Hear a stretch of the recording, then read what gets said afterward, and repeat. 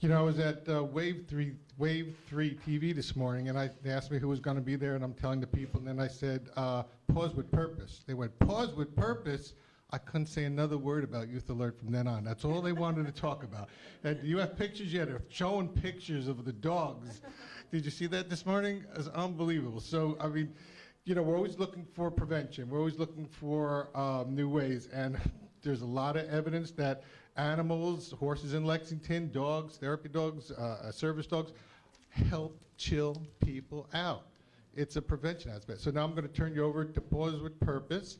Then we're going to have our Kentucky Victims' Right, and we're going to have the dogs pick the four, I'm not sure, dogs are going to pick the door prizes. Go ahead. Hi, thank you. My name is Kathy Garish, and these are my wonderful volunteer puppy trainers with me. This is Adrian and Ann and Sandy and Sheila. And we are volunteers for an organization called Paws with Purpose.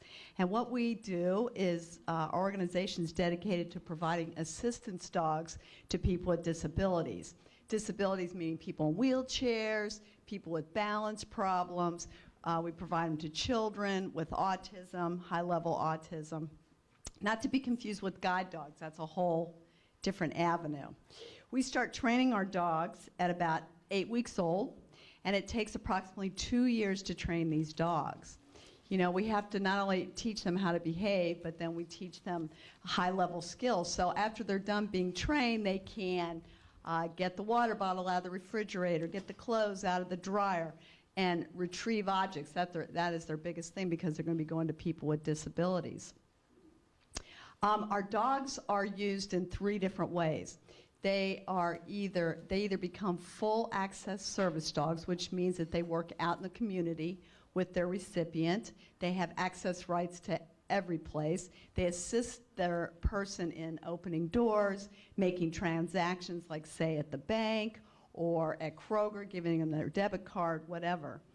The second type of dog that we train is called a home certified dog.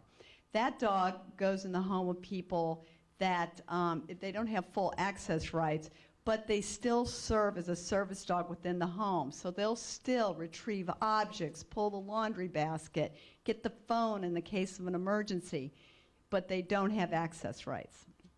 And the last type of dog we place are facility dogs. These are dogs that actually go into different facilities like Cardinal Hill and work with children.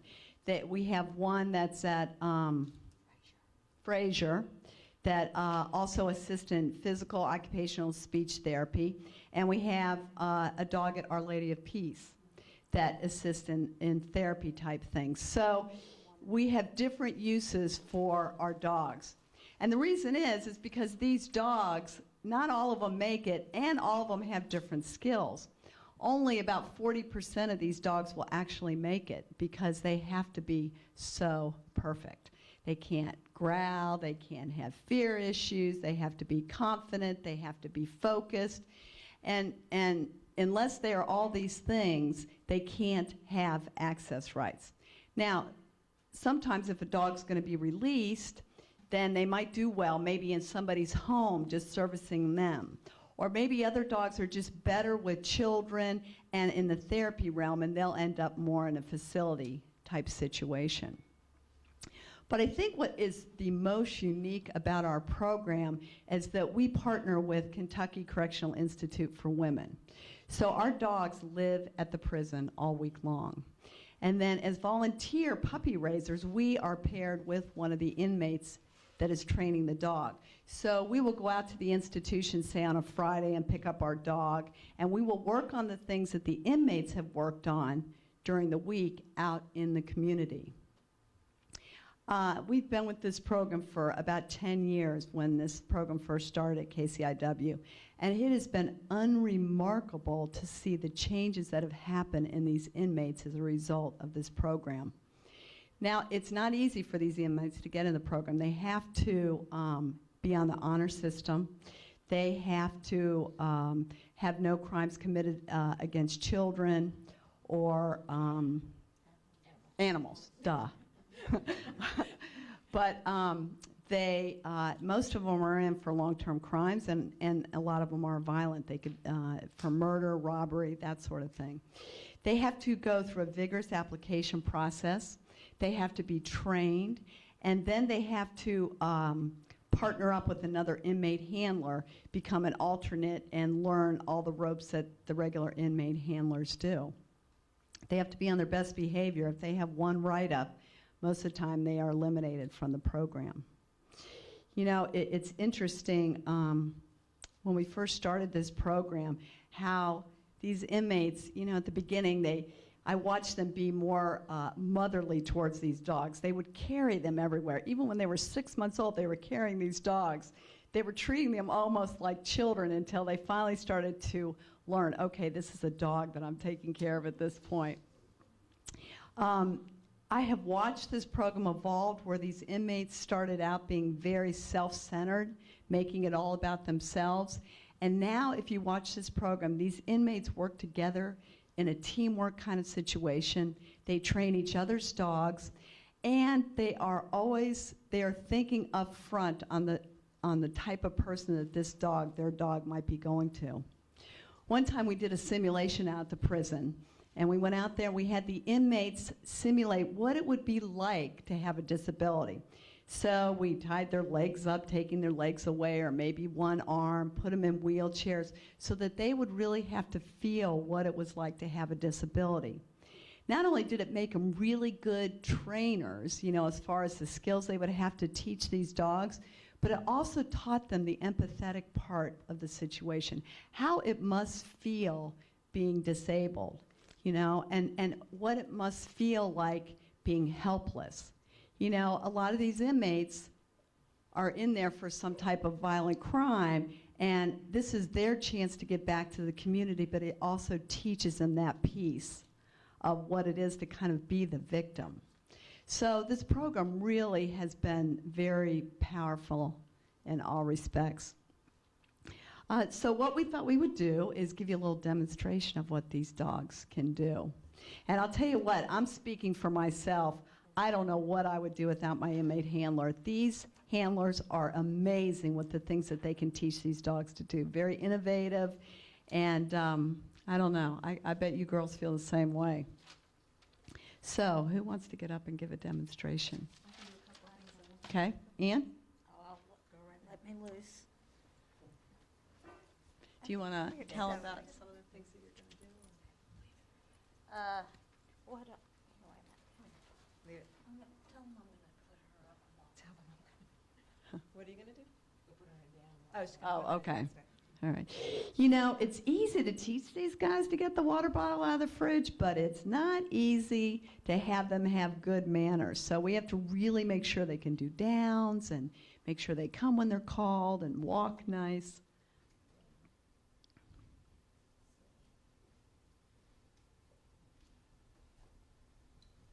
So these dogs have to have a lot of self-control, so Ann's showing them how that they have to do it down, and their handlers have to be able to walk away.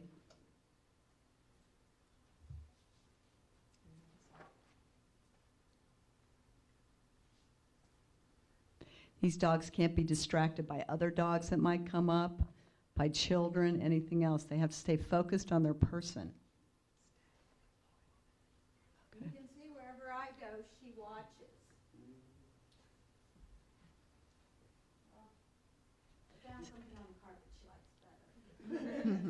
So Ann's going to demonstrate how they assist in taking off clothing. Here. Stay. Dixie, heel. Heel. Go on. Down. Sit.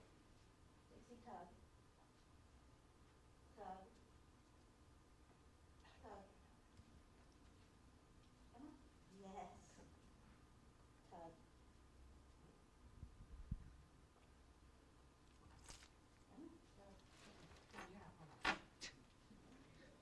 She doesn't want to hurt her fingers. They have to learn when to have a nice soft mouth. Six, tug. Hip. Tug. Thank you. Good girl. Good girl, Dixie. Dixie, get it. Sit.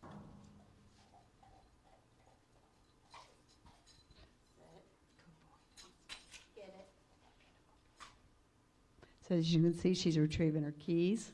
That comes in really handy. How many times have you dropped your keys when you have a million things in your hands? Dixie, down. Come here. Down.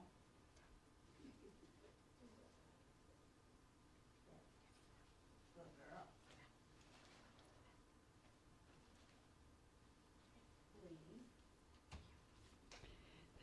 Anne's teaching the dog how to leave it, which is a very important command, because if, for example, their person were to happen to drop a bottle of pills, you do not want this dog thinking it's a treat. So these dogs have to learn how to leave it on a command.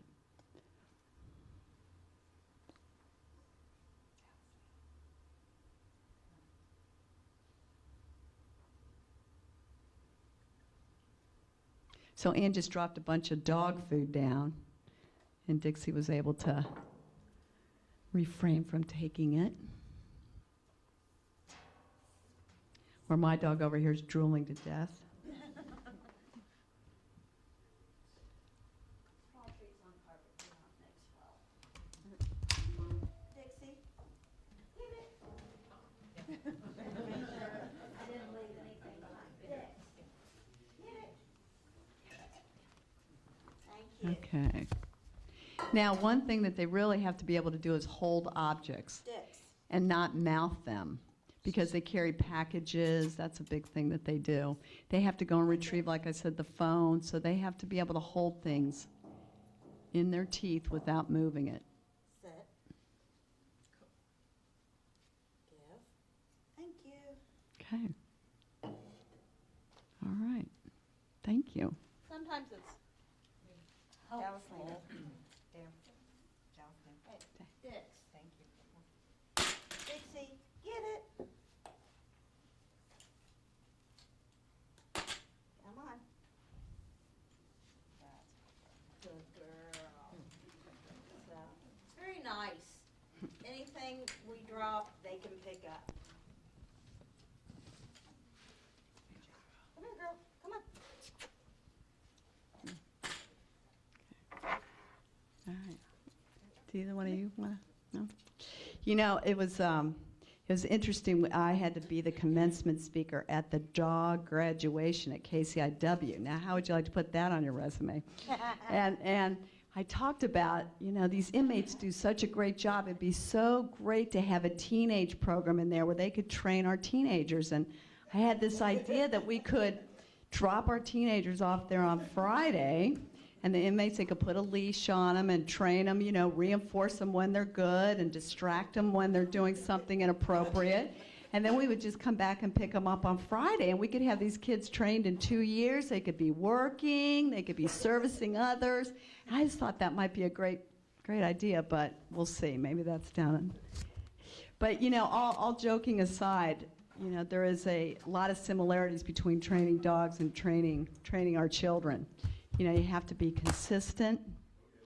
We have to catch them when they're doing something right, which is what we do with our dogs. We do all positive training.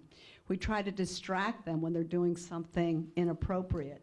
And the thing is that, you know, you have to be consistent.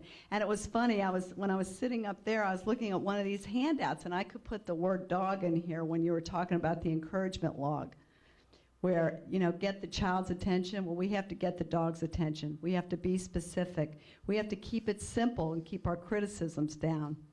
We have to encourage our dogs with enthusiasm, just like we do our children. We have to double the impact with physical warmth. And we have to use positive comments and encourage them always when they're doing something well.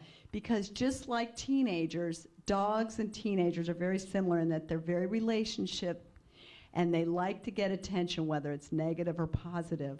And so it's amazing how the similarities are the same as far as how we have to keep things positive and catch them when they're doing something right. Yes, does anybody have any questions? I just have one, being somewhat of an animal rights activist. I'd just like to know, what is the limit of extent to discipline and training these dogs? Wait, We don't use any negative. we don't use- We're all about positive reinforcement. We don't use any negative reinforcement. It's all about, as you see, we're all treating our dogs for being good. We don't use the word no. It's all about positive reinforcement. And We when don't they use, become, when we get them undressed, they're puppies. they're allowed to They're be just playing, they're regular doing dogs, everything. yeah. Regular puppies do. Yeah, they're not work mode all the time. I wanted to know if any of your animals have worked with with PTSD patients or patients with high anxiety and going out in public before. Currently, we don't have any of our dogs working with any of those kind of clients. We are trying. We're gonna be We have sending some our trainer. applicants, and we are, Training. yeah, it's a different kind of training, so we have to kind of do a different thing. Yeah. We try to get in veterans here and just gives as a therapy dogs, and there was so much red tape, and, can you not hear me? Can you hear me? I can hear you. Okay, she can hear me.